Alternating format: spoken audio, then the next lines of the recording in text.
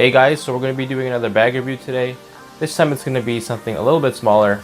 We're taking a look at a hip pack slash fanny pack made by a company called Roadrunner Bags. They're based in Los Angeles, California, and all of their bags are handmade in the US. So this is what the bag looks like right here. It's your standard hip slash waist fanny pack.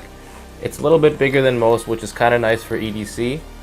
So we're going to be taking a look at this bag, breaking it down, and we're going to divide this video into a couple parts. We're going to be doing an overview. We're going to be taking a look at the compartments and the features, take a look at the materials, go through some pros and cons, and then wrap it up with the final verdict. So this is going to be a universal hip bag that's great for EDC. You can carry it one of two ways. You can either carry it across your chest or your back, kind of like a sling. So kind of like this or on your back. And of course you can also carry it around your hip, just on your waist like that. So there's two ways you can carry it, and it just features one large main pocket. We'll go through that in a bit, but I'll show you real quick.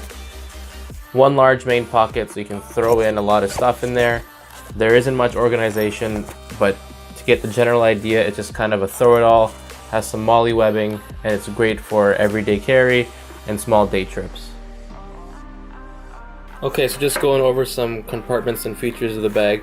At the front here you have a molly webbing, which you can attach certain items to. I like to add a carabiner with my keys here. On the inside you have one large main compartment with no organization in there. Pretty large for a hip slash fanny pack, but that's what makes this bag so great. It is pretty deep as well. So on the website they say you can fit up to 4 12-ounce beers.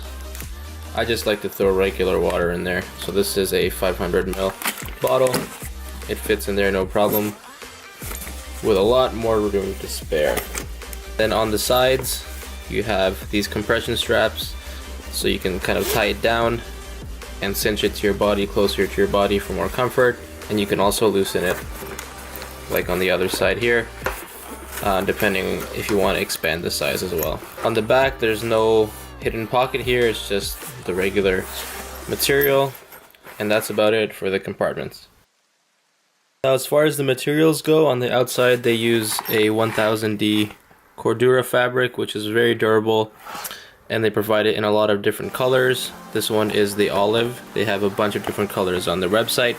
They have a lightweight ripstop liner on the inside, which is just regular black, not brightly lined. And then for the zippers they use a YKK zipper with a water resistant slider on the top, so it helps to keep some water out of the bag. And of course, as they have on their tag here, everything is handmade in the USA. And then lastly, just a quick example of what I like to pack in here. I like to pack my Bluetooth speaker. This is an Ultimate Ears Boom 2. Again, the water bottle, my phone, my wallet, and a battery charger. And that fits in there. And you can kind of throw in a lot other stuff there as well. If I wasn't bringing the Bluetooth speaker, I would have a spare lens in there if I was bringing my camera, but those two things are interchangeable. And it fits pretty well in there, and I can still fit some stuff on the molly webbing in the front. So now that we've gone through some of the compartments and the materials of the bag, let's briefly go over some pros and cons before we get to the final verdict. So in terms of pros, there's a couple pros that I have listed.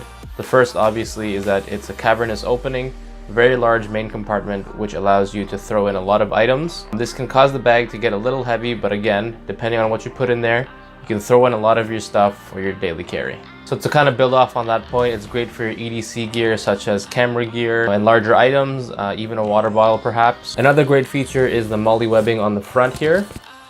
It allows you to be a little bit more creative with what you pack, so you can attach some carabiners and attach some stuff in there. What that is up to you. You know, you can attach like a small water bottle on the outside if you wanted to, your keys, anything else that you can attach to the molly webbing, so it allows for a little versatility.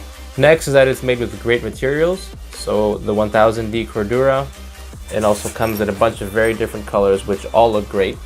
So the materials on this bag are very great, on top of the YKK zipper on the top. Next, that these bags are very on trend right now. especially when you wear them across your chest. So that's another great positive. You can also wear it on your hip, which is also kind of on trend right now as well, so you don't have to feel out of place when you're carrying something like this. Next, that has a pretty good aesthetic. I think the simplicity of it on top of the MOLLE webbing kind of makes it look very rugged, but at the same time very sleek and simplistic, and it's kind of the look that I personally like. That's pretty much it for the pros. Now let's get down to the cons. Okay, so first con is that items inside can get pretty lost due to the large bucket design. Since there is no organization in the bag, you can lose your smaller items such as an SD card, for example. So just keep that in mind. You might have to use some small pouches when you're kind of loading out this pack. Next is that the interior lining is black as opposed to other types of bags which have a brightly lined interior.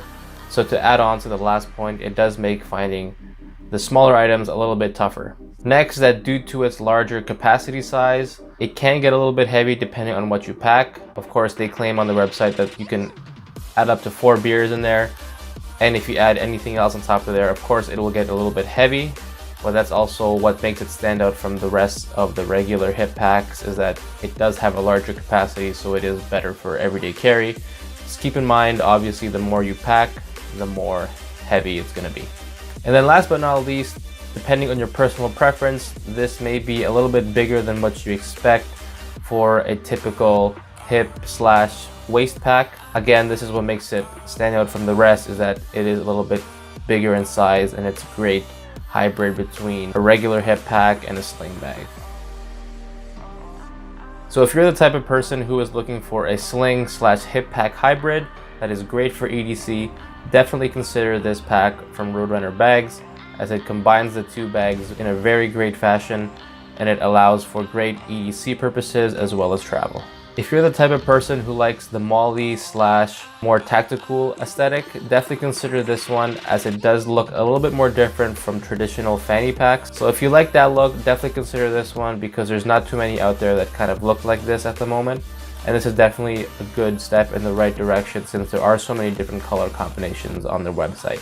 And just one thing to note is that on the website, the first thing that they say is that this is not your traditional fanny pack. I think they said it's not your traditional grandma's fanny pack. Definitely the case, because this one is definitely more EDC friendly and definitely more rugged in the traditional sense. So thumbs up to Roadrunner Bags for making a great hip/waist, I don't even know what to call it, /fanny pack. They definitely hit the head on that one.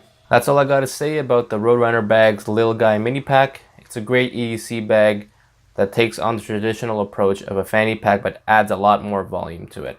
If you have any questions about this pack, feel free to comment in the section below, and I'll try my best to get to you.